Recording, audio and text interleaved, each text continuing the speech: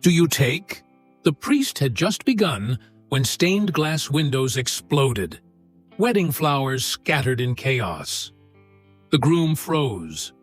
Red laser dots appeared on the bride's white dress. He whispered, "I'm sorry, trust me." Then he released her hand, turned his back, and walked away. As the wedding music died, guests screamed, "He's leaving her at the altar!" But seconds later, 1,000 Navy SEALs rappelled from helicopters, surrounded the church. A radio crackled to life. "Target confirmed. Call sign Luna 5. Lockdown now."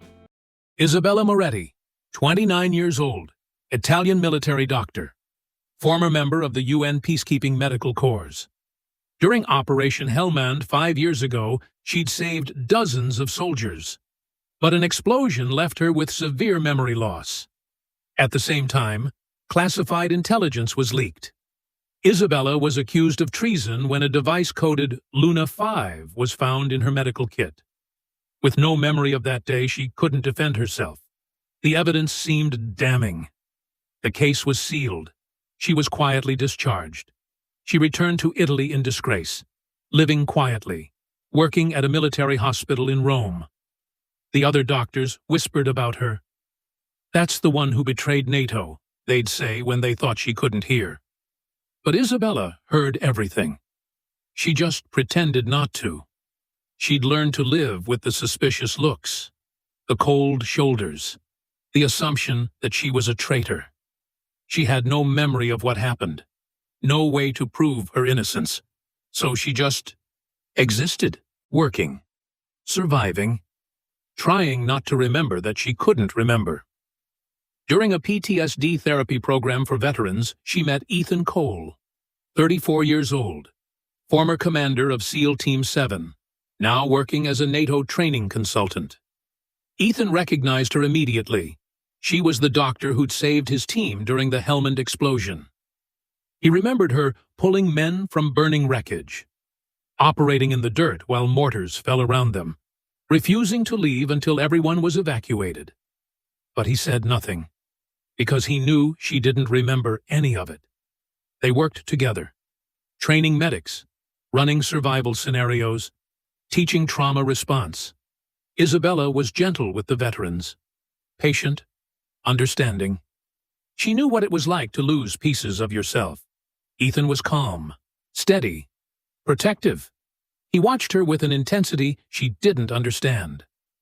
"Why do you look at me like that?" she asked him once. "Like what?" "Like you know something I don't." He smiled sadly. "Everyone knows things you don't. You told me you lost your memory." "That's not what I meant." "I know." But he never explained further. Over months, they grew closer. She found comfort in his quiet strength. He found purpose in protecting her from a world that had judged her without knowing the truth. 1 year later, on a quiet evening by the Tiber River, Ethan proposed. "I don't need you to remember the past," he said, holding the ring. "I just need you to know that someone believes in you. Always has. Always will." Isabella cried. "You don't know what I did or didn't do? I know who you are. That's enough." She said yes. They planned a small wedding at St. Michael's Church in Florence. Intimate. Just close friends and family. But Ethan's former SEAL team insisted on attending. "You saved our lives," they told Isabella at the rehearsal dinner. "We wouldn't miss this." Isabella smiled politely, but she heard the whispers from some guests. "She's Luna 5, the one who betrayed NATO. Why would he marry someone like that? Maybe he doesn't know." She'd become numb to the judgment, but it still hurt. The wedding photographer noticed. Later, he would say, "Her eyes had this look, sad but determined, like someone who'd lived between life and death and learned to accept both." The night before the wedding, Isabella couldn't sleep. She stood on the balcony of their hotel room, staring at the Florence skyline. Ethan found her there. "Second thoughts?" Just wondering if you really know what you're getting into. Marrying someone the world thinks is a traitor. He wrapped his arms around her. I'm marrying the woman who saves lives. That's all I need to know. But what if they're right? What if I did something terrible and just don't remember? Then we'll figure it out together. She leaned back against him, wanted desperately to believe him. Around Ethan's neck was a simple silver chain. Isabella had never seen what hung from it. He kept it tucked under his shirt. What's on your necklace? She asked. He tensed slightly. Something I'm holding on to for someone. Who?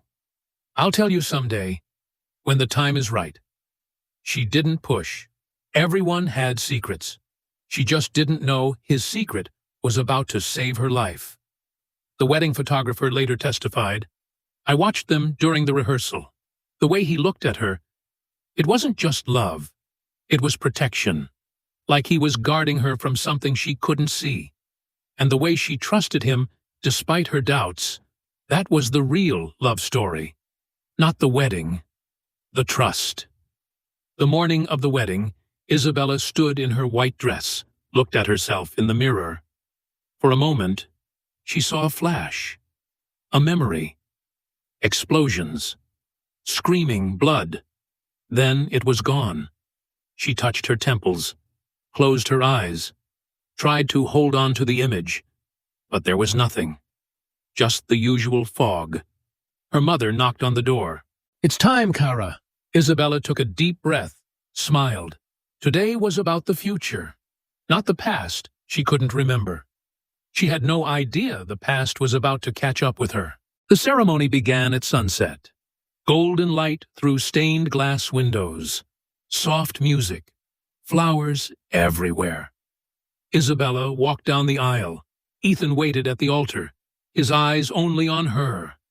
For a moment, the world was perfect. But at NATO command headquarters, alarms were screaming. Signal detected. Call sign Luna 5. Active transmission. The duty officer went pale. That's impossible. Luna 5 was decommissioned 5 years ago. Signal is authentic. Location, St. Michael's Church, Florence. Alert SEAL teams immediately. This is a code red. At a nearby naval base, SEAL team operators received emergency deployment orders. Target, Luna 5, believed to be active at wedding ceremony. Rules of engagement. Capture alive. Use of force authorized. The teams mobilized within minutes. Helicopters lifted off, heading toward Florence. At the church, Ethan was reading his vows. I promise to stand beside you. His military watch vibrated. An emergency alert. He glanced down. Saw the message? Luna 5 detected. Your location. Immediate extraction. His blood went cold. He looked up, saw red laser dots appearing on Isabella's dress, targeting lasers from SEAL sniper positions. In that instant, he understood everything. The silver necklace he wore, the one Isabella had asked about. It contained the actual Luna 5 identification tag, the one he'd recovered from the Helmand site 5 years ago. He'd kept it hidden, kept it close, never told anyone he had it. But somehow, it must have activated. The old signal must have triggered when he entered the church's wireless network. And now the SEALs thought Isabella was the threat. No time to explain. No time to call anyone. They'd shoot first and ask questions later. He had one choice. Get away from her so the targeting systems would track him instead. Ethan grabbed Isabella's hands, looked into her confused eyes. I'm sorry. Trust me. Then he released her, turned, and walked away from the altar. The music stopped. Gasps filled the church. Ethan? Isabella's voice broke. What are you doing? He didn't turn back, just kept walking, his jaw tight, his hands clenched. The laser dots followed him. Good. It was working. Then the windows exploded. Flashbang grenades. Smoke. Chaos. 1,000 Navy SEALs descended. Rappelling from helicopters, crashing through doors, surrounding the church. "Everyone down, now!" guests screamed. Dove under pews covered their heads. Isabella stood frozen in shock, unable to process what was happening. A seal tackled her to the ground. Her dress tore. Her veil flew off. "Target secured! Luna 5 in custody!" "No, I'm not. I don't understand," Isabella sobbed. Ethan tried to run back to her. Two SEALs grabbed him, slammed him against a wall. "Stand down, Commander Cole! You've got the wrong person!" Ethan shouted. "Let her go!" The team leader approached, recognized Ethan. "Sir, we have orders. Luna 5 signal originated from this location." "Because I'm carrying it." Ethan ripped the chain from his neck, held up the silver tag. "This is Luna 5, not her." The team leader stared at the device, then at Ethan. "Sir, why do you have classified NATO equipment?" "Because 5 years ago, I discovered the truth about Helmand, and I've been protecting it, and her, ever since." Isabella was crying on the floor, wedding makeup streaking down her face. "Ethan, what's happening?" He looked at her, his heart breaking. "I'm so sorry. I should have told you sooner, but I wanted to give you peace. I wanted you to have a life." "Told me what?" Ethan turned to the SEAL team leader. "Call your commander. Tell him Commander Ethan Cole is invoking emergency disclosure protocol.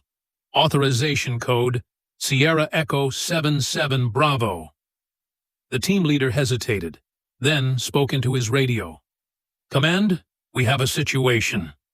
Within minutes, confusion spread through the chain of command. Ethan had just activated a protocol that would broadcast his testimony to every NATO command center simultaneously. He was about to expose everything. A wedding guest who'd served in the military later testified, "When those SEALs came through the windows, I thought we were all going to die. But then I saw Commander Cole's face. He wasn't scared. He was angry, not at the SEALs, at whoever had put them in this position. And I realized he'd been planning for this moment. He knew it might come, and he was ready." Ethan looked at Isabella one more time. "I need you to know something before I do this. Everything they said about you was a lie. You never betrayed anyone. You were betrayed, and I'm about to prove it." After Operation Helmand, Ethan couldn't accept the official story. Isabella Moretti was the best combat medic he'd ever worked with. She'd saved his life, saved his entire team. The idea that she'd betrayed them made no sense, so he'd investigated, quietly, using his clearance and connections. He'd recovered damaged equipment from the Helmand site, rebuilt data from corrupted drives, traced communication logs that should have been deleted. And he'd discovered the truth. General David Mason, a high-ranking NATO commander. He'd been running an illegal bioweapons test in the Helmand region. The test had failed catastrophically. Exposure risk, international incident, career-ending scandal. Mason needed a scapegoat, someone to blame, someone who couldn't defend themselves. Isabella had been unconscious from the explosion, in a coma, with severe memory loss. Perfect target. Mason had planted the Luna 5 device in her medical kit, falsified communication logs, sealed the investigation before anyone could question the evidence. Isabella woke up weeks later with no memory, no defense, no way to prove her innocence. And Mason had used his authority to ensure the case stayed buried. Ethan had compiled all the evidence, but he hadn't released it, because doing so would destroy Isabella's peaceful life, would drag her back into a nightmare she couldn't remember. He'd been waiting, hoping to find the right moment, a way to clear her name without traumatizing her. But there was no right moment. There never would be. So he'd kept the Luna 5 tag, kept the evidence, kept the secret, until today, when that secret nearly got her killed. Now, standing in the ruins of their wedding, Ethan activated his emergency protocol. Every screen in NATO command centers across Europe lit up simultaneously. Video evidence, audio logs, forensic data, all of it streaming live. General Mason's voice. Pin it on the medic. She won't remember anything after that head injury. Security footage. Mason's aide placing the Luna 5 device in Isabella's kit while she was unconscious. Communication intercepts. Mason ordering the investigation sealed, threatening anyone who asked questions. The evidence was overwhelming, undeniable. At NATO headquarters, commanders watched in horror. "Get me General Mason, now!" "Sir, he's already trying to leave the country. Arrest him, immediately." In Florence, the SEAL team leader's radio crackled. "Stand down! Repeat, stand down! Release Dr. Moretti immediately. General Mason has been taken into custody. The Luna 5 investigation is being reopened." The SEALs helped Isabella to her feet. One of them removed his tactical vest and draped it over her torn dress. "Ma'am, we're sorry. We were following false intelligence." Isabella was shaking, in shock. "I don't understand. What's happening?" Ethan pushed through the crowd, pulled her into his arms. "You were innocent. You've always been innocent, and now everyone knows." "But the device, they said General Mason framed you. He needed someone to blame for his illegal weapons program. He chose you because you couldn't remember enough to defend yourself." Isabella's legs gave out. Ethan held her up. "You knew?" Her voice was barely a whisper. "You knew this whole time?" "I found out 2 years ago. I've been gathering evidence, building a case. I wanted to clear your name without dragging you through trauma." "So you just carried this alone?" "I couldn't let them keep calling you a traitor. Not when I knew the truth."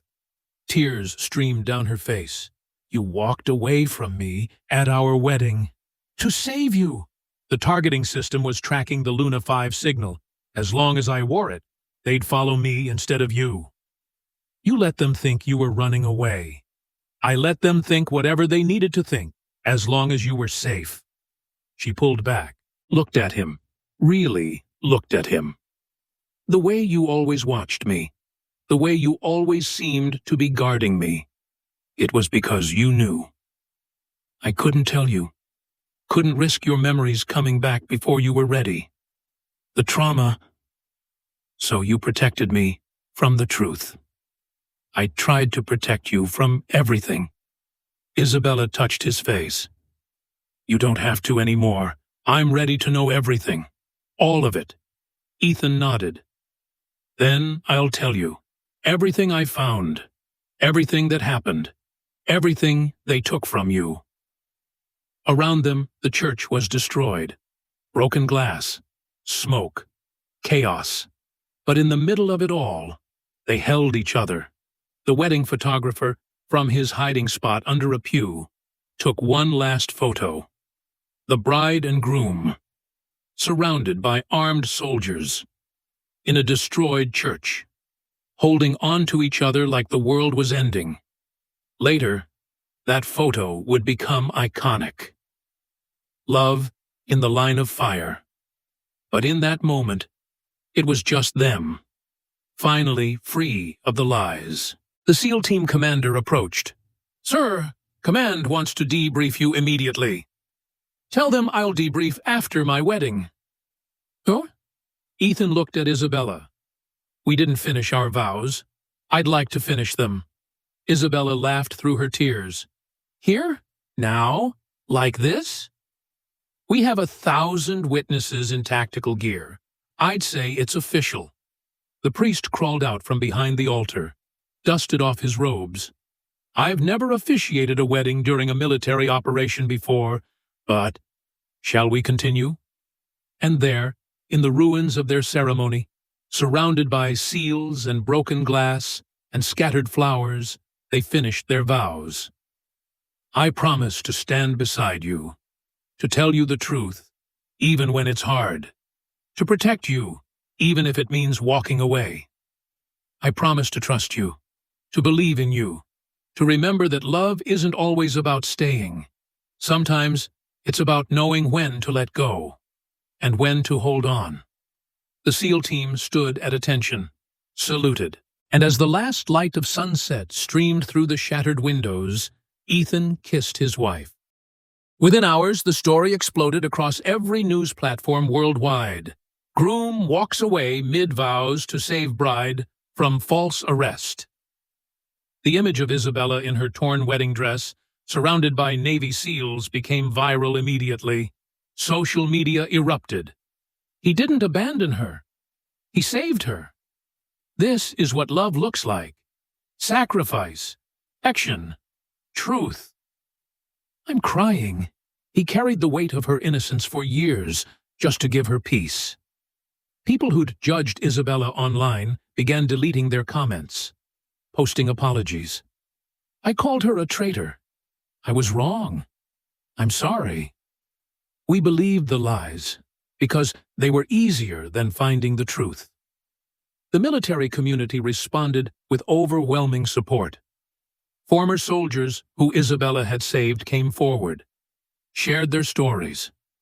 Dr. Moretti pulled me from a burning vehicle, operated on me in the field. I'm alive because of her. She stayed behind to treat wounded when everyone else evacuated. She's a hero, not a traitor, not a... I always knew the charges were false. Isabella would never betray anyone. NATO issued an official statement. Dr. Isabella Moretti has been fully exonerated. All charges dropped. General David Mason has been arrested and will face court-martial for fraud, conspiracy, and attempted murder. Isabella was offered full reinstatement with honors, back pay, public apology. She declined. I don't need the military's approval anymore, she told reporters. I have something better, the truth, and people who believed in me when no one else did. Ethan also declined any recognition. I didn't do anything heroic. I just told the truth that should have been told 5 years ago. But the public saw it differently. They saw a man who'd carried evidence for years, who'd protected the woman he loved from a system that had failed her, who'd walked away from their wedding to save her life. Commander Cole is what every partner should be. One viral post read, he didn't just love her, he fought for her, even when it cost him everything. The wedding photographer released his photos. The image of them standing together in the destroyed church became one of the most iconic images of the year. Love survives everything became a popular caption. People started using the story as an example in relationship counseling, in ethics classes, in military training about integrity. Sometimes love means walking away, one therapist wrote, not because you want to leave, but because staying would put them in danger. That's real love. At the military hospital where Isabella had worked, her colleagues organized an apology ceremony. The chief of medicine stood before staff and patients. We failed Dr. Moretti. We believed accusations without evidence. We made her feel unwelcome in a place she'd served with honor. We were wrong, and we're sorry. Isabella attended, accepted their apology, but made it clear she wouldn't be returning. I forgive you, she said. But forgiveness doesn't mean going back. It means moving forward. The young ring-bearer from the wedding, who'd hidden under a pew during the SEAL raid, asked his parents, is Mr. Ethan going to marry Miss Isabella again? His mother smiled. They're already married, sweetie. It just happened in a very unusual way. With soldiers? With 1,000 witnesses. The boy thought about this. That's so cool. And in a way, it was. A wedding that should have been perfect became unforgettable. Not because of the chaos, but because of what it revealed. The wooden box Ethan had kept the Luna 5 tag in was donated to the Navy SEAL Heritage Museum, engraved on a plaque beside it. Sometimes walking away is the bravest act of love. If you believe that true strength isn't found in staying when it's easy, but in making the hard choice to protect those you love, Type in the comments. I will live with honor. 1 year after the wedding that broke the internet, Ethan and Isabella opened a rehabilitation center for veterans with PTSD. They called it Luna Reborn. Isabella taught trauma medicine, helped young medics learn how to save lives under impossible conditions. Ethan taught survival skills, emotional regulation, how to manage fear and memories. Together, they created a space where broken soldiers could heal. On the wall of the main hall, they hung a photo, the iconic image from their wedding day. Isabella in her torn dress, Ethan in his suit, surrounded by SEALs, holding each other in the ruins. Beneath it, a caption, "He walked away so she could be saved." A journalist visited for an interview, asked Ethan, "If you could go back, would you do anything differently?" Ethan smiled. "No, because there are some moments when walking away is the only way to stay true, the only way to protect what matters most." The journalist turned to Isabella. "And you? Can you forgive the system that failed you?" Isabella was quiet for a moment. "I'm working on it. Forgiveness isn't instant. It's a practice. Every day I choose not to carry that anger, not because they deserve forgiveness, but because I deserve peace." Do you ever wish you could remember what happened that day in Helmand? Sometimes, but then I realize not remembering protected me. It let me build a new life. And when the truth came out, I was strong enough to handle it. Maybe that was the gift in the forgetting. They showed the journalist around the center, introduced him to veterans who were rebuilding their lives. One former soldier, a woman who'd lost both legs in combat, was learning to walk with prosthetics. "Dr. Moretti saved me twice," she told the journalist. "Once in the field when I was bleeding out, and once here when I wanted to give up. She taught me that surviving isn't enough. You have to learn to live again." In Ethan's office, the original Luna 5 tag sat in a glass case. No longer hidden, no longer a secret, just a reminder of how far they'd come. Isabella walked in, saw him looking at it. "Do you ever regret keeping it secret for so long?" "Every day, but I also know I was trying to protect you." "I know, and I love you for that. But next time, trust me enough to carry the burden with you." "There won't be a next time." "Good." She kissed him. Then they walked together to the training room where a new group of veterans was waiting. As the sun set over the center, casting golden light through the windows, one could see the wooden box that once held the Luna 5 tag. New words had been carved into it. He walked away to save her. She stayed strong enough to save them both. Together, they saved everyone else. That evening, a young veteran asked Isabella, "How do you trust again after being betrayed?" Isabella looked at Ethan, then back at the young man. "You start by trusting one person. Just one. And you let that trust grow. It's not easy.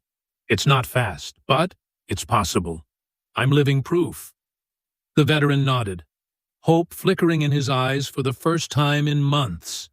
And in that moment, Isabella understood. This was why she'd survived.